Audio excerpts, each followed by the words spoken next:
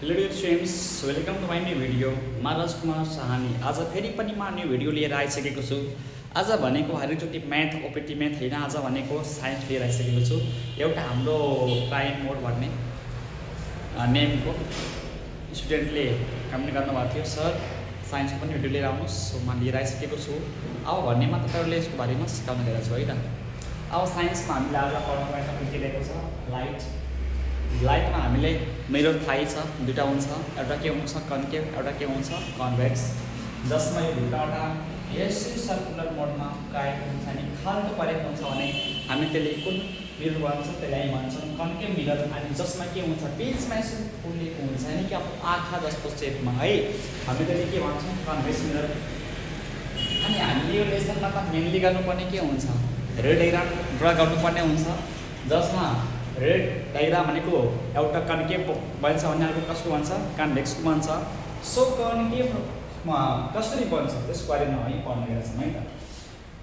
यदि हाम्रो लाइन चाहिँ यो प्रिन्सिपल लाइनसँग प्यारलल गएको छ भने त्यो लाइट रिफ्लेक्ट हुँदाखेरि कहाँ आउँछ, F1मा आउँछ।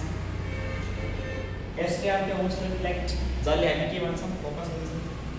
अर्को कुरा, यदि लाइट हाम्रो कहाँबाट गएको छ, यो फोकसबाट गएको छ भने कहाँबाट आउँछ भन्दाखेरि प्यारलल। सेम उस्तै कुरा भयो, हेर्नुहोस् प्यारलल गयो भने F1बाट आउँछ, F1बाट गयो भने कहाँ आउँछ प्यारलल भएर आउँछ। ओके, अर्को कुरा भन्दाखेरि यदि हाम्रो लाइट चाहिँ कहाँबाट गइरहेको छ, F1बाट गइरहेको छ भने नट रिटर्न हुन्छ, तर हामी त्यसले हेर्न अलिकति गाह्रो हुन्छ कि, किनकि त्यो भनेको जहाँबाट गयो त्यही लाइनबाट फेरि आउँछ। यदि हामी यहाँबाट लाइट पास गऱ्यौँ भने F1बाट भने यो F1को लाइट नै यसरी के हुन्छ फेरि आउँदाखेरि फेरि रिभर्स हुन्छ, त्यही भएर त्यो हेरेमा त्यस्तै हुन्छ है। अर्को भनेको हाम्रो फोर्थ रुल के हुन्छ यसमा, यदि हामीले लाइट यहाँदेखि पास गराउँछौँ भने एउटा कुनै यहाँ एङ्गल बन्छ, थीटाले पनि सीमा राख्नुहोस्, फरक पर्दैन भन्ने। त्यो जब आउँछ रिटर्न हुँदाखेरि त्यो फेरि ठिक्क त्यही एङ्गलमा फर्किन्छ।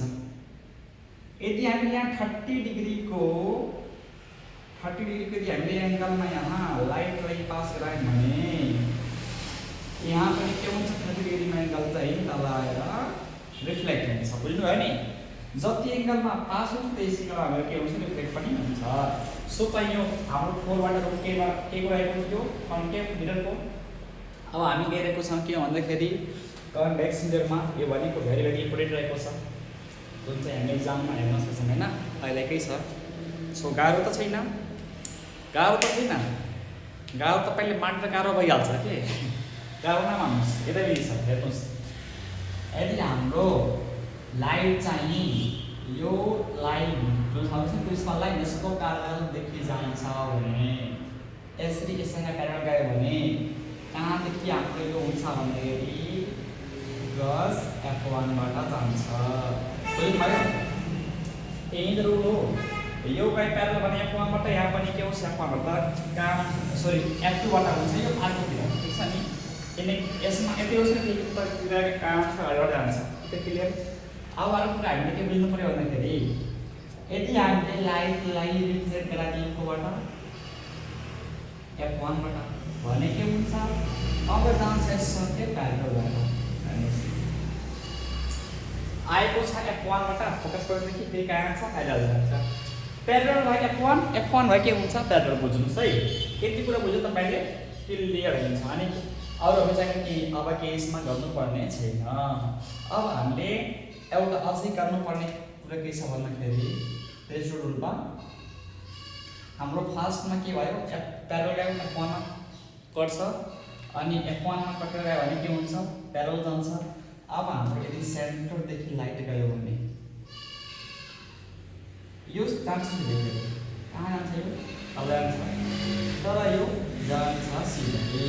यो भनेको तलमाथि कट्ने रिफ्लेक्ट हुने काम गर्दैन, किनकि सेन्टरमा देखेर सेन्टरै मात्र यो जान्छ है।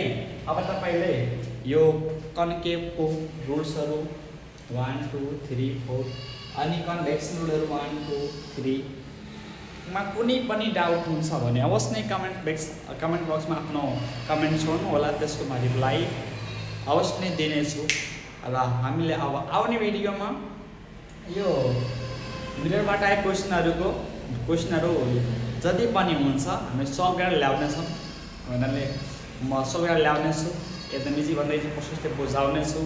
आजको भिडियोमा यति नै हुन्छ। हस्त धन्यवाद, थ्याङ्क यू सो मच।